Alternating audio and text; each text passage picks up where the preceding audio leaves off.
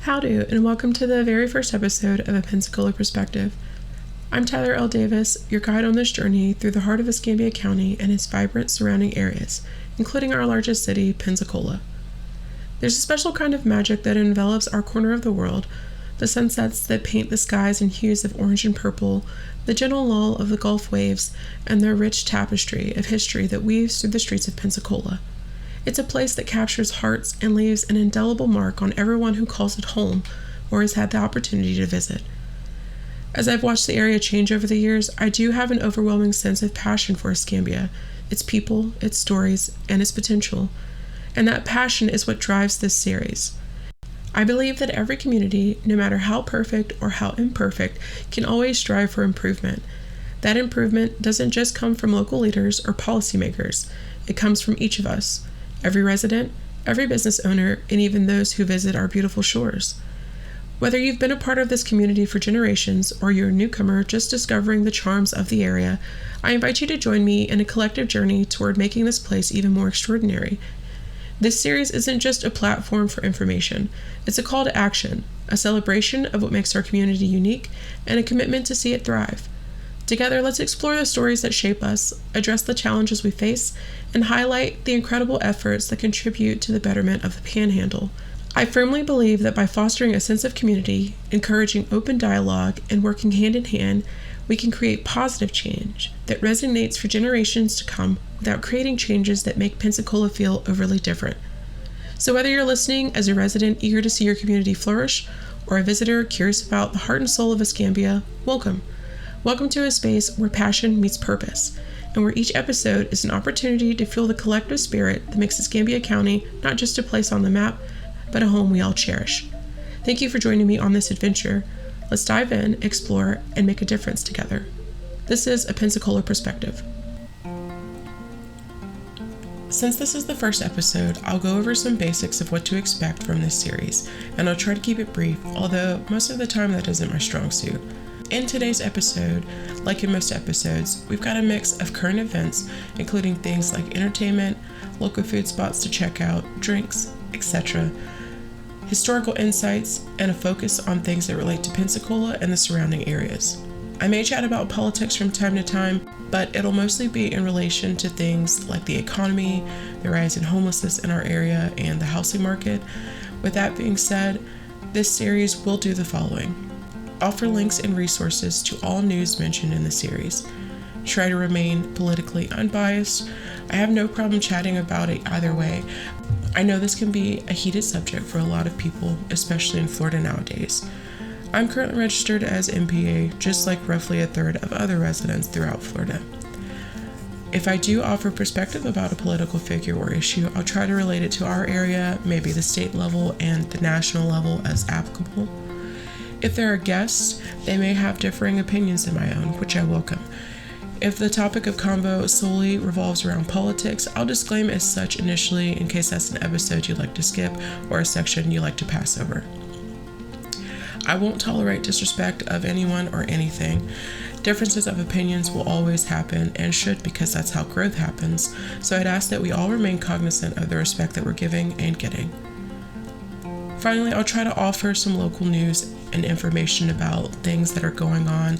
This will include the Tri-County areas of Escambia, Santa Rosa, and Okaloosa counties, but it may also spill over into other areas of the Panhandle as well.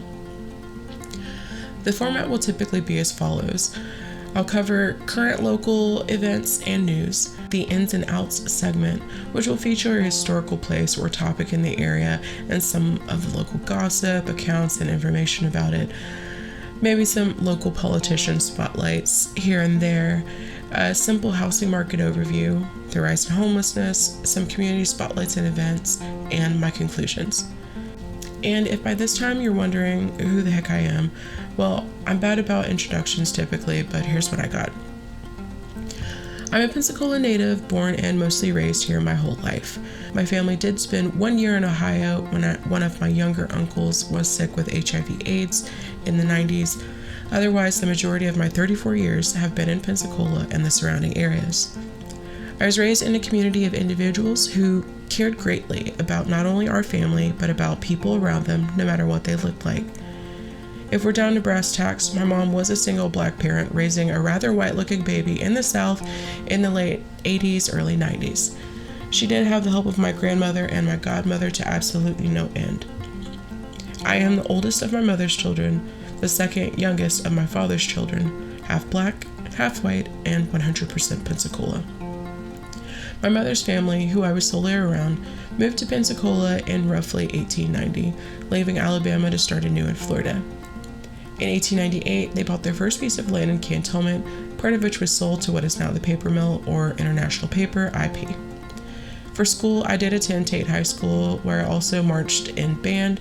I was specifically in drumline, even more specifically in the front ensemble, or pit, so not as much marching, but there was still a little here and there for parades. If you're familiar with the area or with the band, Tate is known as the show band of the South. And I also went to our local colleges, which are PJC/PSC, which used to be Pensacola Junior College and is now Pensacola State College, and UWF, which is the University of West Florida, respectively. I went to both of those for my degrees, one of which was in art, and the other was behavior and business. I've been working professionally since I was 18 years old. I have almost 10 years experience in finance, and I'm an avid listener. I also love to travel, but I am a mom of 3 with elderly parents on both my side and my husband's side, so we don't get to travel as much or as far as I used to, but that'll change once the kids are older. With that intro, and I am feeling a little under the weather, so this is not my normal speaking voice, but I hope that you do feel like you know me a little bit better, and I look forward to getting to know and listen to anyone who would like to chat or has a passion for our area that they don't know how to express. Hit me up, always D2C. So without further ado, let's get into it. Next up for entertainment under food and drinks, I'm just going to highlight a couple of local restaurants that have opened recently within the past few months in our area. 2 of the ones that I have to call out today are Don Cha Peruvian Food and Jet's Pizza. Don Cha Peruvian Food is located at 3103 East Strong Street in downtown Pensacola. Opening its Pensacola location in November of 2023, Don Cha Peruvian Food is the second location of its kind in the Panhandle, the first being the Don Cha Peruvian Food location that was established in Fort Walton Beach in 2017. With largely popular reviews at its inaugural location, owner Pedro Jose Ramirez Flores opened another location here in the heart of downtown Pensacola. It's located in the former Los Cebollinas Mexican restaurant location, which opened in 2019 and closed not long after. Prior to Los Cebollinas, the building was occupied by Horizon Sushi for about 20 years before its closing in 2018. The restaurant has dishes from the owner's home country of Peru and features a variety of soups, sandwiches, salads, and specials ranging between under $10 to about $30 per dish. I personally only just discovered the restaurant last week, so I'm really excited to try the lomo saltado, a dish that's made with pieces of steak, sauteed onions, and tomatoes, served with french fries and white rice. It has a menu price of $15.50, so that's a really good starting price for a dish in our area. I'll drop the link to their info and hope that y'all check them out. Looks like they offer specials every Friday, and they do serve some alcohol. Looking at you, Purple Corn Drink. If you try them out in Fort Walton Beach or in Pensacola, let me know what you think and what you'd recommend. Next is Jet's Pizza, a Detroit-style pizza place. They're located at 2620 Creighton Road, Suite 301 in Pensacola. A new chain franchise-style pizza place by the name of Jet's Pizza has opened its doors in its first location in Pensacola. They currently also have a location in Destin. Jet's Pizza is apparently renowned for its delicious square-shaped pizzas, characterized by an uber-cheesy topping, fresh veggies, and quality ingredients, particularly its signature Detroit-style buttery crust square pizza situation. It's supposed to be crunchy and has a flavorized crust. The menu at Jet's offers a variety of pizza styles, including deep dish, hand-tossed, NY style, and thin crust. The 8-corner pizza may be considered a highlight of their menu because, as its name suggests, it's a square-shaped pie. Those are always a good time. Jet's offers unique flavor crust options, allowing customers to customize their crust with free choices like turbo crust, butter, Romano, poppy seed, sesame seed, garlic, and Cajun. Beyond pizza, Jet's offers a diverse menu featuring calzone-style deli boats, turbo sticks, salads, wings, and boneless chicken, all of which are available for delivery and takeout. That concludes the restaurant, food, and drink portion of this segment. If there are any new or local upcoming restaurants that you would like to make me aware of, please hit me up. I'll gladly support them and try out any local businesses as long as my time can allow it.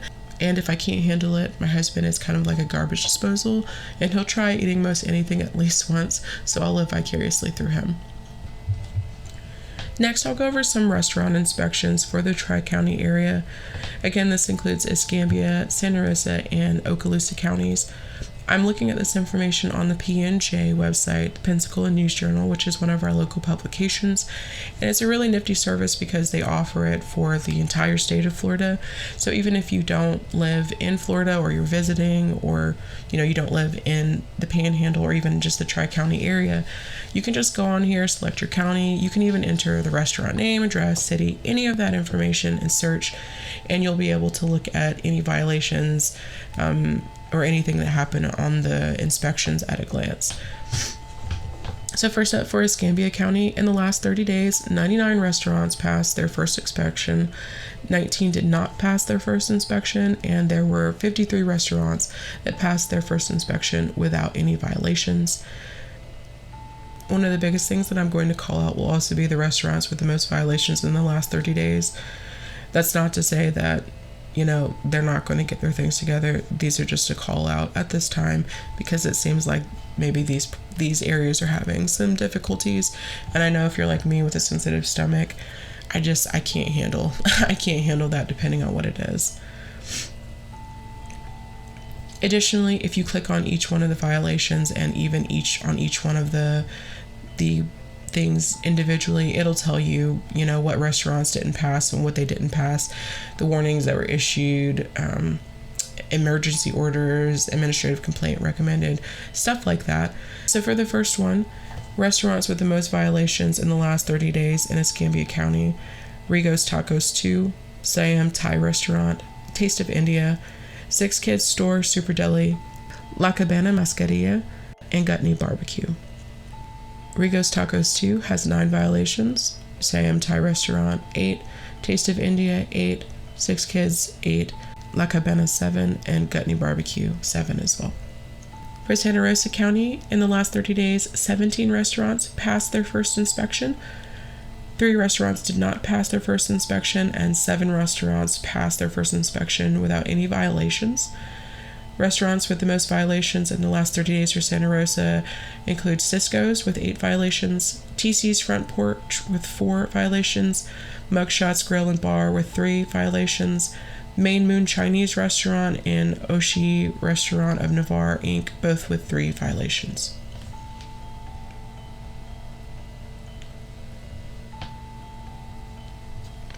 Finally, for Okaloosa, in the past 30 days, 57 restaurants passed their first visit inspection, 13 restaurants did not pass their first inspection, while 25 of them did pass without any violations. The restaurants with the most violations in the past 30 days for Okaloosa are Party Fowl, oh goodness, how ironic, with 11 violations, the Olive Garden with 9 violations, Juicy Crab House, Yuga Sushi and Sake House, Ruth's Chris Steakhouse, all of which have 7 violations. That concludes the entertainment segment. The next segment we'll focus on will be history. In this section, I'll typically talk about some local highlights and historical developments in the area. Today, however, I'll be focusing on a segment that I've dubbed Ins and Outs. Each week, this segment may have the same or a different home depending on the given subject. This week, it's located in the history segment. So without further ado, this segment is called Ins and Outs, where I explore some of the local legends, look into some minor intrigue, and chat about potentially tall tales of Florida's Gulf Coast. In 2005, an oceanside property along Scenic Highway was purchased in the amount of $450,000. Over the years, this property grew to a massive worth of, at its peak, more than $1.9 million. Gold plating, golden cars, and gilded trusses all welcome you down a winding, glittering path to take us to the notorious Scenic Hwy Taj Mahal. If you've ever seen it, you know exactly why I was given the name. If not, I'll try to paint a picture as best and as briefly as I can. Picture it, India, 1632. The Taj Mahal is beginning construction. In the presence of the Taj Mahal, there's a profound sense of reverence and wonder. It's not merely a structure, it's a testament to the power and love and the ability of human hands to create something truly extraordinary. The Taj Mahal's beauty is timeless, and its impact resonates deeply, making it an unparalleled marvel that lingers in the hearts and minds of those fortunate enough to witness its splendor. The Scenic Hwy Taj Mahal is kind of like the recorder version of that. With that, let's dive beyond the golden facade into a realm of local legends surrounding the mysterious owner, whom we'll discreetly identify as MM. While I do know the owner's name, potentially, I'll opt to use the initials MM since this information is easily found online, just as I've found it. When I was growing up in Pensacola, one of the fastest growing rumors that I can recall was about the Scenic Hwy Taj Mahal, more namely the owner. This was supposed to be a suspicious figure, though maybe not for the reason you'd think. This person had moved to the peaceful bayside bordering the Escambia and Santa Rosa counties and was supposedly an Iranian national or a Middle Eastern prime minister who had fled his country after embezzling money from his country's government in some way. Because of this and our relationship with the Middle East countries, MM didn't fear extradition and began to build up the property around him to his liking. One of the most sensible and seemingly out-of-place additions came early on. A two-story home was built snugly against the cliff sitting just next to the highway. It wasn't a very remarkable building on the outside, and in fact, it was rather plain next to his own home, but it was built for his mother-in-law, and showed at least that there was a sweet side of MM because he cared for his family, which all of us can mostly relate to. I never heard much about his mother-in-law, but when she did pass away, the house was demolished after a year, as I believe it was a part of the custom to honor the recently departed. But then after that time, the gaudy gold house, alongside the continued additions to the property, only continued to add to the mystery of the goings-on in the area. And this continued for some time, many of us wondering if he would ever leave, if those from his country would ever try to come and get their money back, or if he would, make an addition to the home that made sense and didn't leave you scratching your head. Everything was fine year over year for almost a decade, and then we even began seeing new additions to the gold house again, this time in the form of fences and odd little treehouse looking structures that started popping up further away from the main house. It was looking like we were going to have yet another year of yet another addition to the never-ending and ever-perplexing exterior design choices of this potentially seedy multimillionaire. But then it happened. In the mid-2010s, there was supposedly a break-in that took place at the property. MM was beaten black and blue, and the motivation behind which was stated as purely theft. But a lot of us were thinking, well, what's the real story here?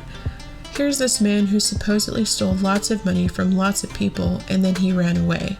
On top of that, this guy was the apparent owner of West Point, a seemingly poorly run and definitely poorly reviewed retirement community located in the North Point area of Pensacola that's still there today.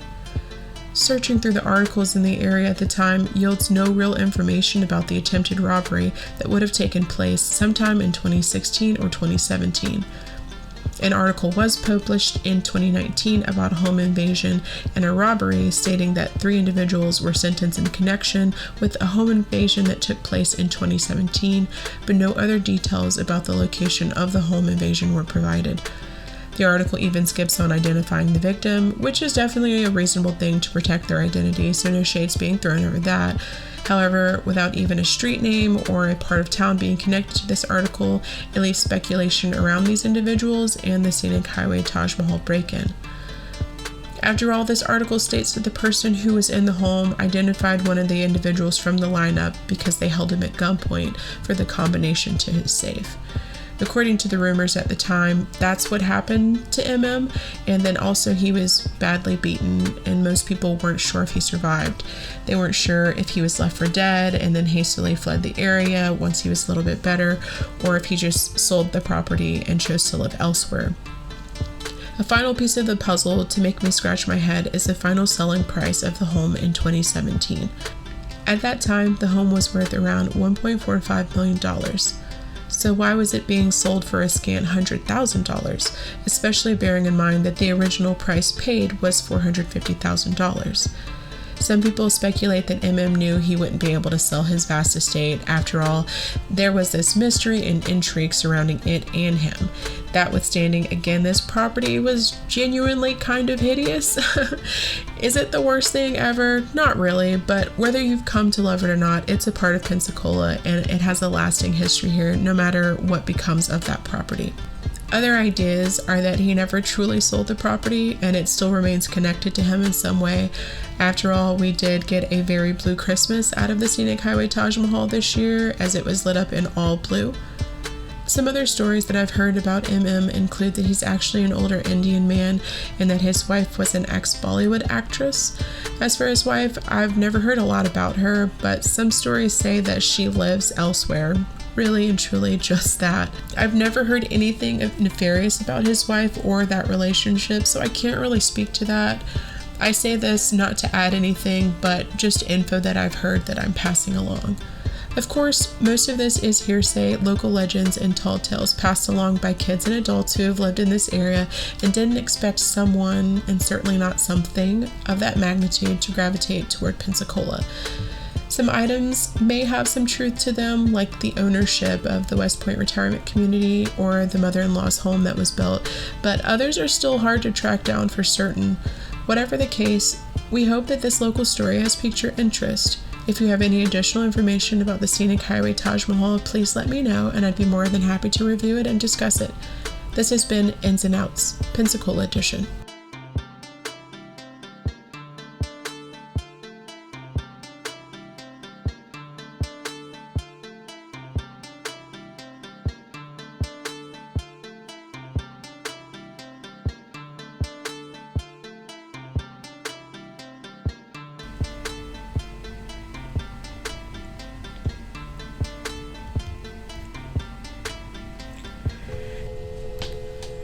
Economy.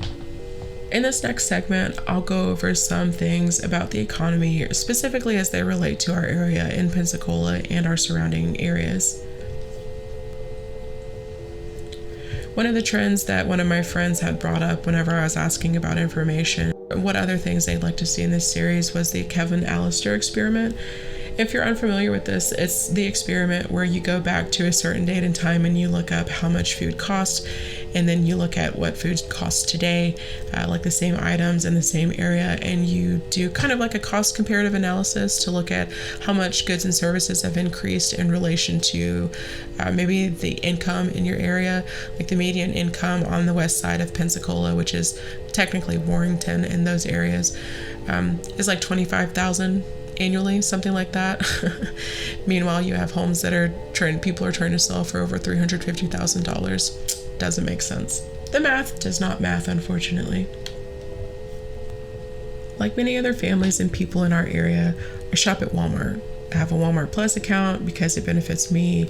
It also benefits both my mom and my brother, who are disabled and pretty much just bound to the house right now.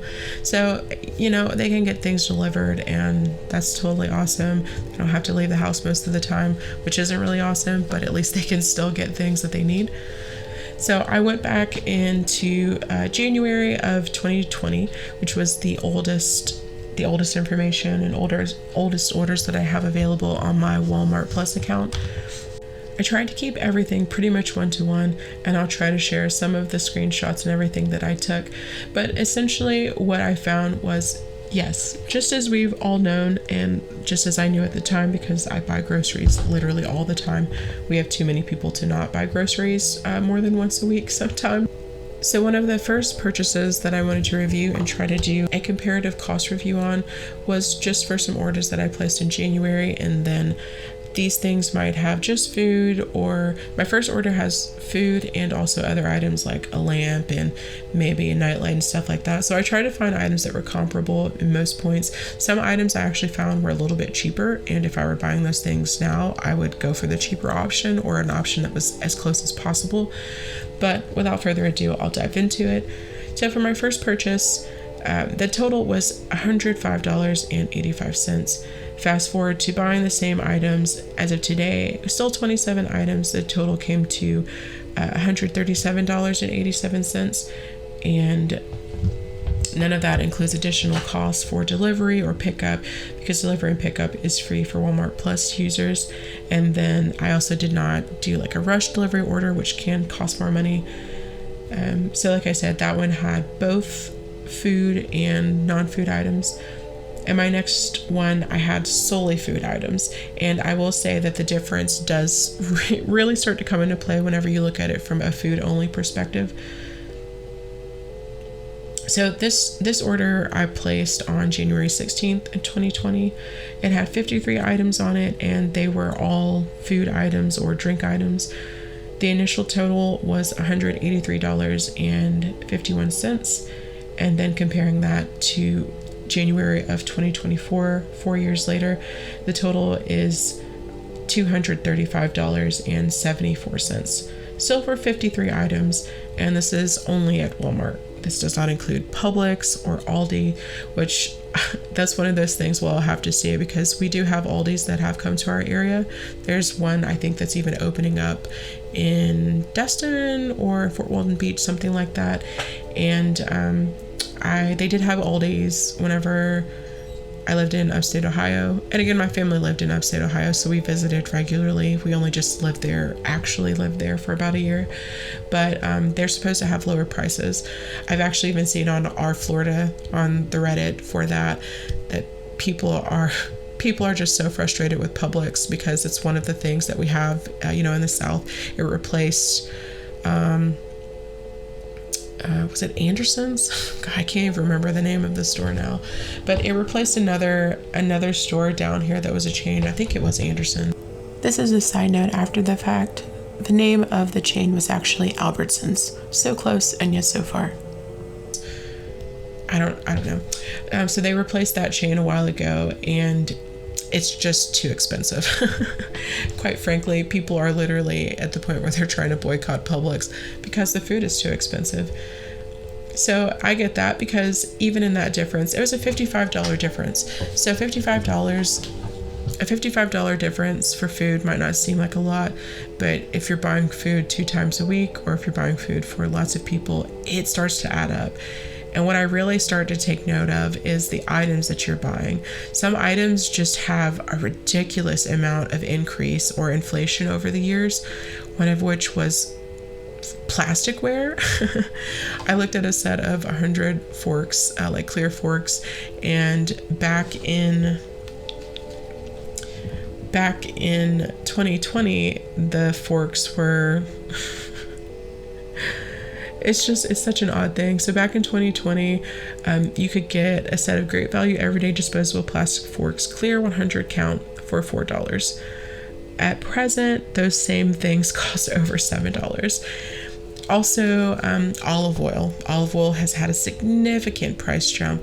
I bought a 51-ounce bottle of Great Value brand extra virgin olive oil at that time 4 years ago, around that time 4 years ago, and I'll just say that there was like a $6 or $7 difference in the price increase over just that time. Some of these items I did notice, like the clementines, are actually starting to come down. So, years ago, the clementines were like $5 something. Let's see. A 5-pound bag of clementines was $6.64. Currently, Walmart is offering it for $6.98, but this is actually a rollback or one of their price decreases, because if you look at it, it says it's now $6.98, whereas it was $7.98. I'm not sure how recently that change has been, but it's probably come within the past month or so, because I've been out here buying these clementines and oranges, y'all, and it's expensive. Another item that seemed to have a significant increase were things like ground meats, specifically ground turkey. I noticed that the price of ground turkey did go up significantly. I'm talking a 3-pound roll of ground turkey was something along the price range of $6.50, and now it's closer to 10. So another thing I wanted to call out is that I did this between 2 different locations. The first order I did it at the Creighton location. The second order I did it at the Pensacola Boulevard, Highway 29 location. In both situations, I just found that the biggest difficulty that we're having is certain items are experiencing hyperinflation, and I'm not sure if that's because of, the type of materials that are used to go into them. I personally thought we had a crap ton of plastic just lying around, so it's still baffling to me. Maybe it's a supply and demand thing because the holidays are still coming down, but that increase for the forks has me shook, y'all. So let me know what you've seen for price increases in the area. I know the cost of living has risen exponentially. Things like our home values have risen exponentially, which I'll talk about a little bit more in the housing market overview. And yet, our income has increased a little bit, but it's not where it needs to be for all the other driving factors that have moved up way too much. And that one, as usual, is piddling behind. Next, as we delve into the economic landscape, we can't ignore the pressing issue of homelessness that has loomed over Pensacola, particularly exacerbated post-COVID in 2019. The challenge of homelessness isn't new to our city, but its persistence has grown more acute. Whether you're a longtime resident or a recent arrival, you've likely witnessed the struggles faced by citizens who can no longer afford their homes or even a place to stay. The difficulties manifested prominently under the overpass in downtown, an area that for a while became a makeshift city for those experiencing homelessness. The makeshift community was eventually dispersed after about a year or so, highlighting the complex and challenging nature of the issue. Unfortunately, it's a struggle we sometimes prefer to keep out of sight, tucked away beneath the bustling cityscape and sweeping it aside because of tourism. Venturing along the coastline, you might come across seemingly innocuous patches of bushes, yet upon closer inspection, these conceal makeshift homes, evidence of encampments housing those in need. The issue has grown exponentially over the years, with encampments stretching along the beachfront and piers, blending into the natural landscape. First, I noticed this at 19, a few scattered encampments that have now evolved into a concerning reality. There are now refugee families along 9 Mile, individuals crocheting socks along Pine Forest to make ends meet, and familiar faces seeking shelter in business parking lots throughout the day. It's an unsettling sight, a vivid testament to the struggles faced by our fellow residents, some of which seem wholly new to this area. In the face of these challenges, it's important to acknowledge local services like Loaves and Fishes, the Waterfront Mission, and others that offer overnight staying for a nominal fee, something along the lines of less than $5, I believe. However, they do operate with strict timelines, ushering guests out very early in the morning. For those facing this harsh reality, especially families with young children enduring chilling Northwest Florida nights, the downtown area may provide some solace.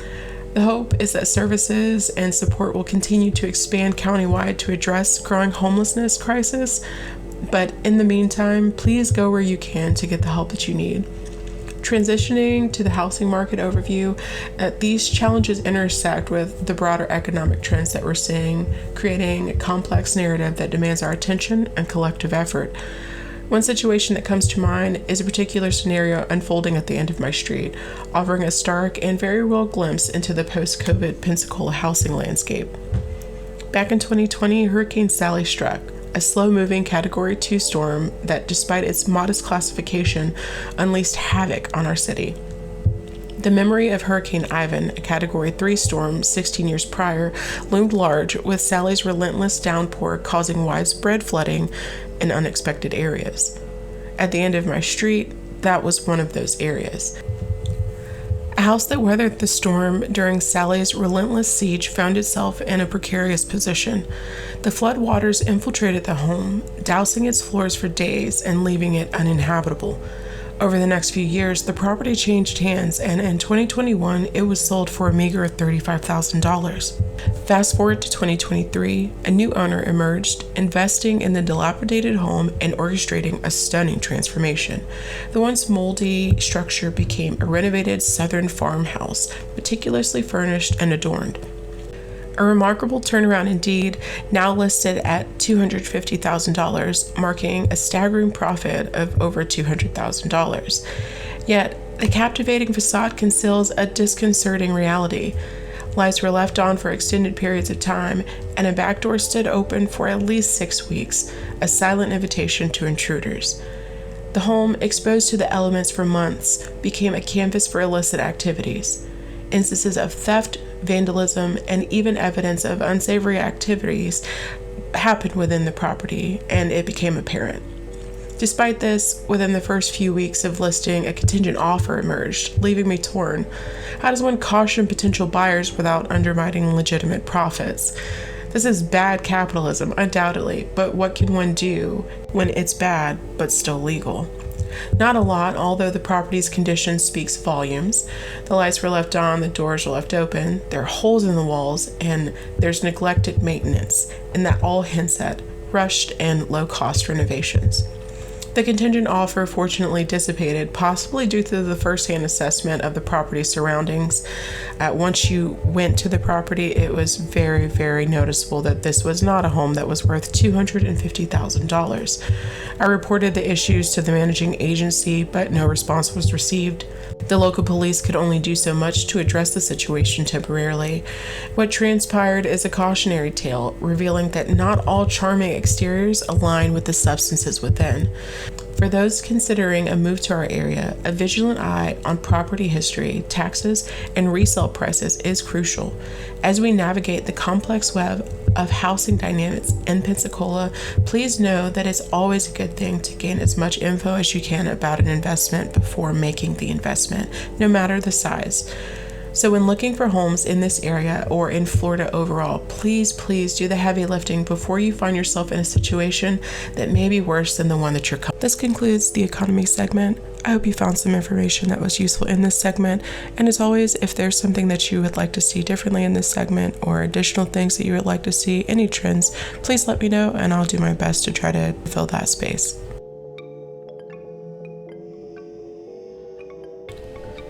This next segment is farm, home, and garden. I'll just explore some of the local things because we are heavily still a farm area in Escambia County and some of the surrounding areas. And then also, these are just some activities that you can do with your kids or that you can even do yourself.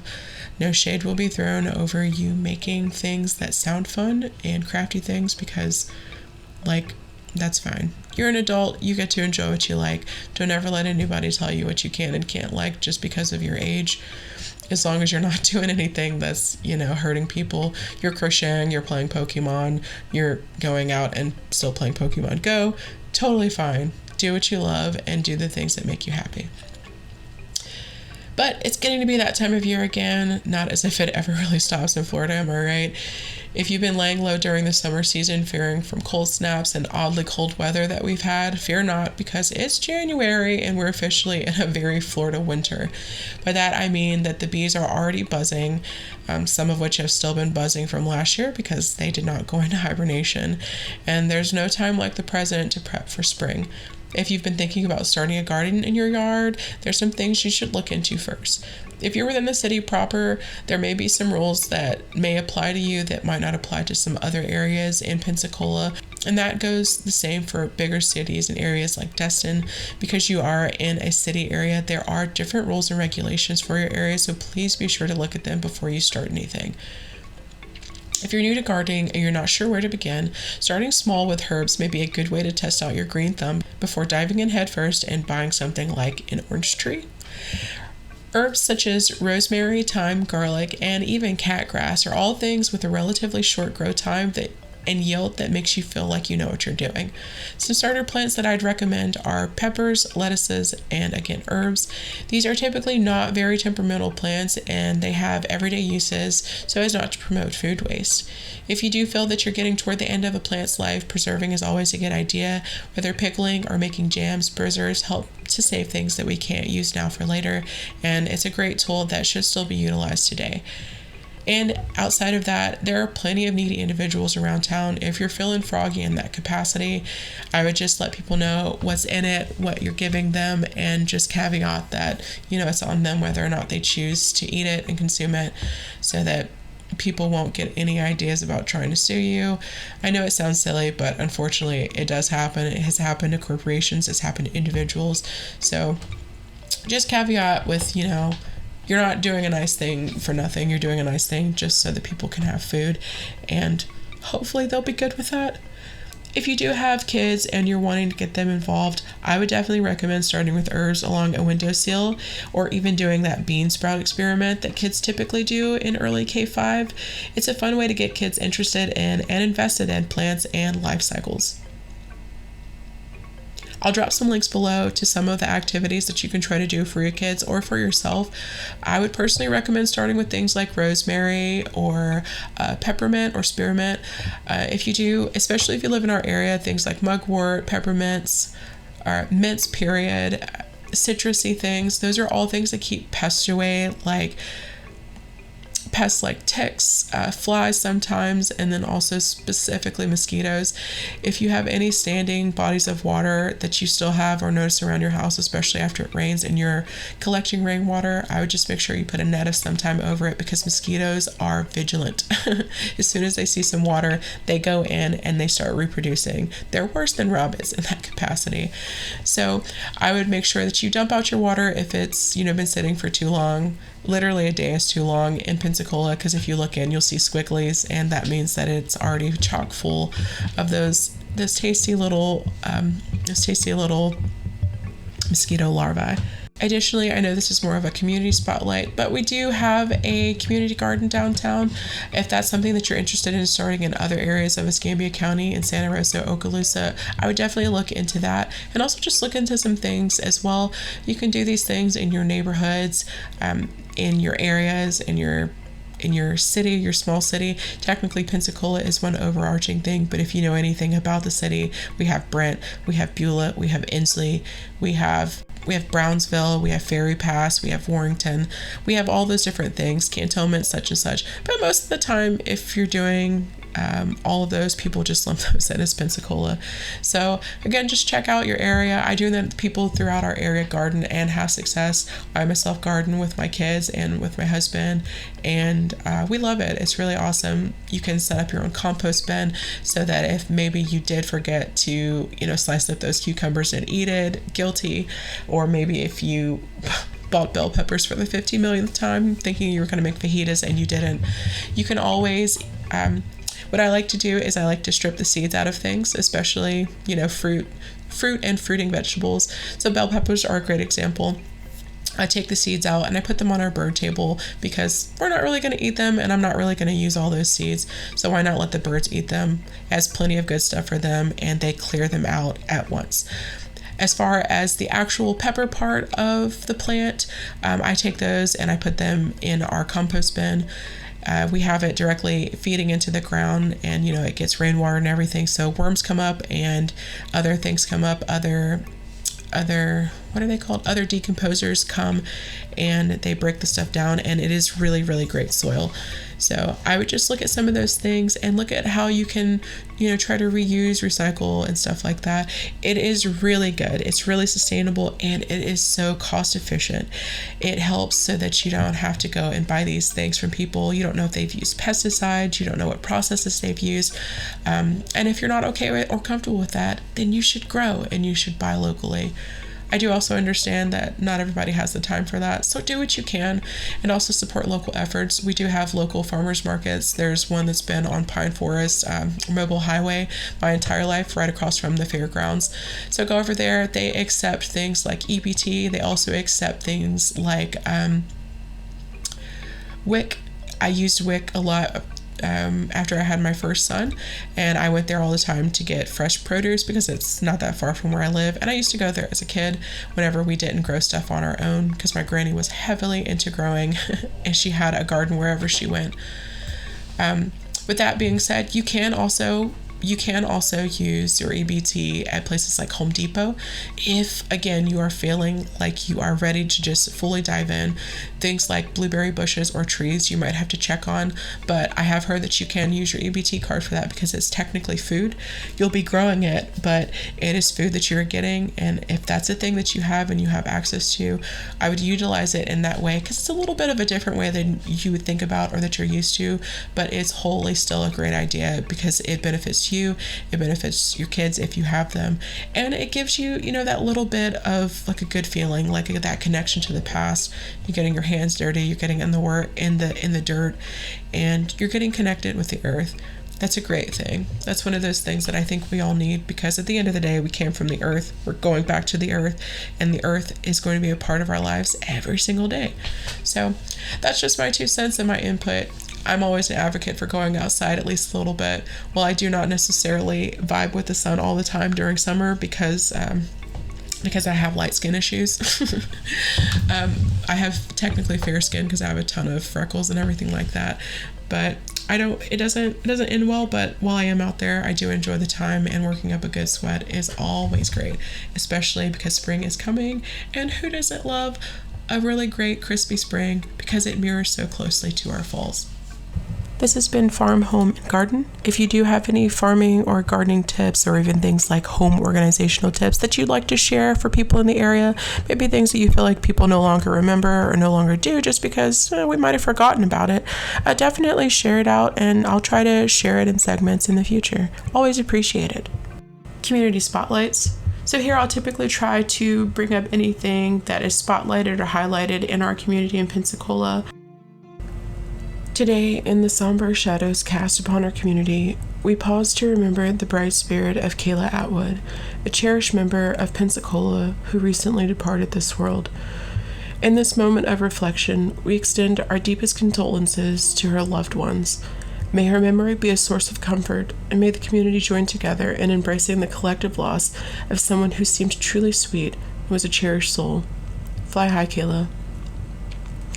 In a recent development, justice takes a step forward as a second suspect in the tragic murder of LaDarius Clardy from 2021 has been found guilty. LaDarius, a Pine Forest High School footballer with a bright future, was the victim of an ill-fated contract killing, leaving a void in our community that left only anger, confusion, and sadness. We hope this conviction provides a measure of solace for LaDarius' family, offering them strength on their path to healing. Our thoughts and wishes for peace remain with them during this extremely difficult time. Fly high, LaDarius. So before I start crying, I'm going to have to move on to a different section. But again, this has been Community Spotlights. I know there are also a bunch of teachers and everything that received Teacher of the Year. I don't want to necessarily call out their names on here just because I don't want that information to be out like that. But we do have some really great teachers in Escambia County. I know that some people might not necessarily think that our school system is the best, our teachers are the best, but when I was growing up here, my teachers literally breathed life into me for education, especially English. I love English so much because I had some of the best English and language arts teachers, period, hands down. So I want to say that the work that you all do doesn't go unnoticed. You might not be getting it. You might not feel like you're getting it right now. You might feel like it's a struggle. You might feel like you can't push through, but you being in the position that you're in only helps you make decisions and help you drive changes for the future. That's not only for you, for your coworkers, and for anybody who comes after you. That's also for the children. And at the end of the day, our children are our future, and that's what we're here to do. We're here to prepare ourselves for the future so that, maybe the future's a little bit better. It's not the same as the past. Not necessarily wanting to go back to things that didn't work. We want to try to move through them and get to something that does work for all of us and that works better. So, like I said, off my soapbox because I could be here forever and this could just be me ranting about any and everything. So I want to say that I do appreciate everyone who is working hard, and I appreciate those who maybe aren't working as hard as some people might think they are. Everything that you do doesn't go unnoticed. Maybe a lot of things do, but if you feel like you're not getting the attention you need to deserve, you can always call out attention to yourself. Just say, hey, I'm doing this, maybe you could join me. There's always a way to call attention to what you're doing, because at the end of the day, you might not be doing it for attention. You might be doing it to raise awareness. And that's a different type of attention, because you're doing it because you're passionate about something. And hey, passion is never a bad thing. So now I'm going to wrap up with my conclusions. I know that this has been a lot of information, and my original goal was to try to keep each one of these episodes to about 25 to 30 minutes. But as I said, I just can't. I've got first child syndrome, I think.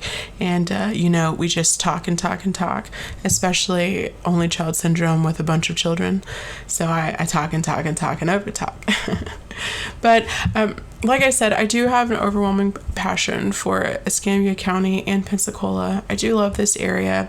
When I was younger, I was vehemently against staying. I hated living here because I was like, oh, it's so boring, it's so country, there's nothing to do.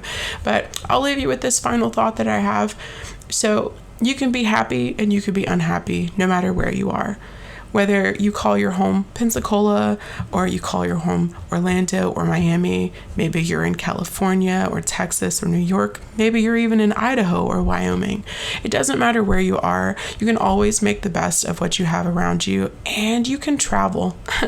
I know a lot of people might not necessarily have a ton of money to travel here and there, but sometimes even going 30 minutes, an hour outside of where you normally are can be the break that you need and give you a little bit of a different perspective about where you are and where you want to be. Again, you may not necessarily always think, hey, I want to live here because I just really don't like being here. There's nothing wrong with that. Move out, go places, find things. Traveling is always good, because travel is how you find what you want to do, where you want to be, and ultimately it's how you get to know yourself. My name is Tyler L. Davis, and this has been A Pensacola Perspective. I hope everybody has a great week, and I hope everybody stays safe.